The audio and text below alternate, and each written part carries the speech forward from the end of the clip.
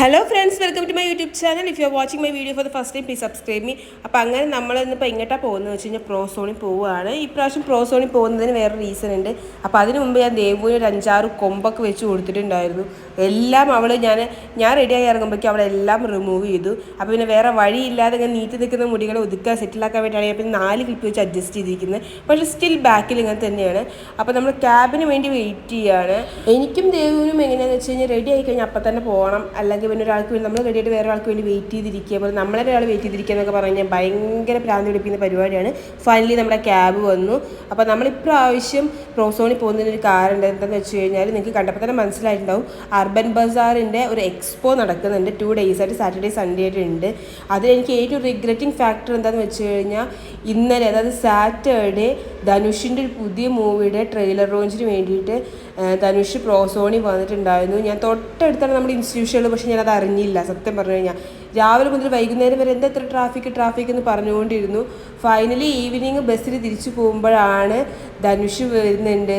നോട്ടീസും കാര്യങ്ങളും അവിടെ തന്നെ റഷും കാര്യങ്ങളൊക്കെ ആയിട്ട് ആൾക്കാർ സംസാരിക്കുന്നതൊക്കെ എനിക്ക് കാര്യം മനസ്സിലായി. നല്ല റിഗ്രറ്റ് തോന്നി.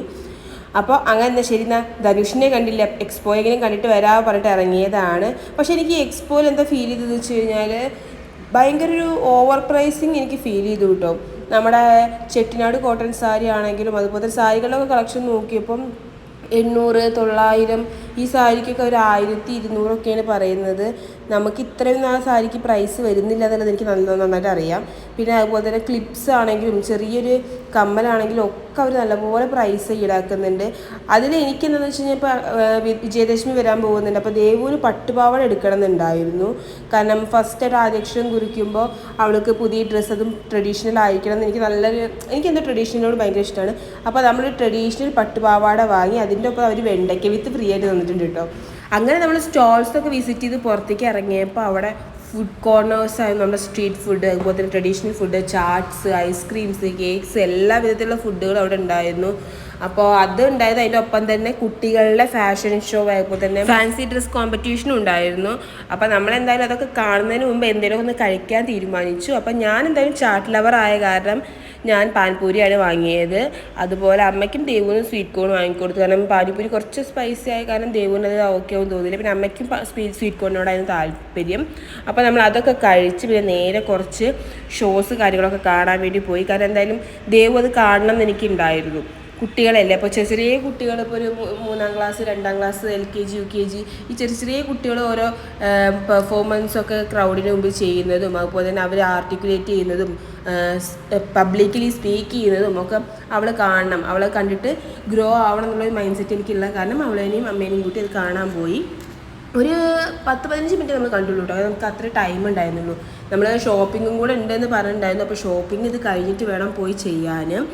അപ്പോൾ ഓരോ കുട്ടികൾ നല്ല നല്ല എക്സൈറ്റഡ് ആയുള്ള ഓരോ വേഷങ്ങളൊക്കെ ധരിച്ച് വരുന്നത് കാണാൻ നല്ല രസമുണ്ടായിരുന്നു. അവരെങ്ങനെ അത് ക്യാരി ചെയ്യുന്നു. അപ്പോൾ അത് പാരൻസിൻ്റെ സപ്പോർട്ട് പറയാതിരിക്കാൻ പറ്റില്ല കേട്ടോ.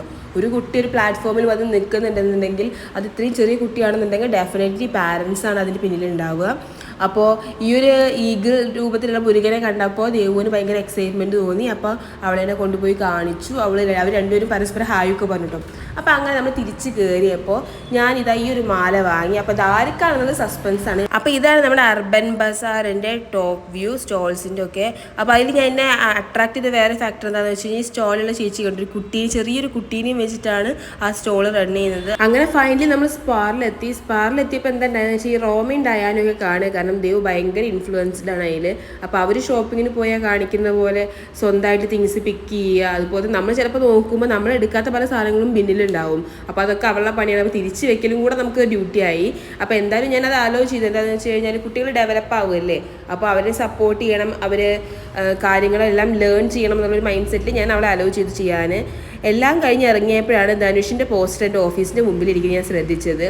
അപ്പോൾ അങ്ങനെ വീട്ടിലെത്തിയപ്പോൾ നമ്മുടെ ഈ ഷോപ്പിങ്ങിൽ ഫുള്ള് ബെനിഫിറ്റ് ദേവുവിനാണ് കേട്ടോ. ദേവുവിന് പട്ടുപാവാട, അമ്മമ്മയുടെ വക 2 കൂട്ട് ഡ്രസ്സ്, പിന്നെ ക്ലിപ്സ് എല്ലാം അവൾക്കാണ് വാങ്ങിയത്. നമ്മളൊന്നും വാങ്ങിയിട്ടില്ല. വെറും 800 ഉള്ള ഈ ഒരു പട്ടുപാവാടയ്ക്ക്. അപ്പോൾ പട്ടുപാവാട ഇഷ്ടമായോ എന്നുള്ളത് എല്ലാവരും കമൻറ്റ് ചെയ്യണേ.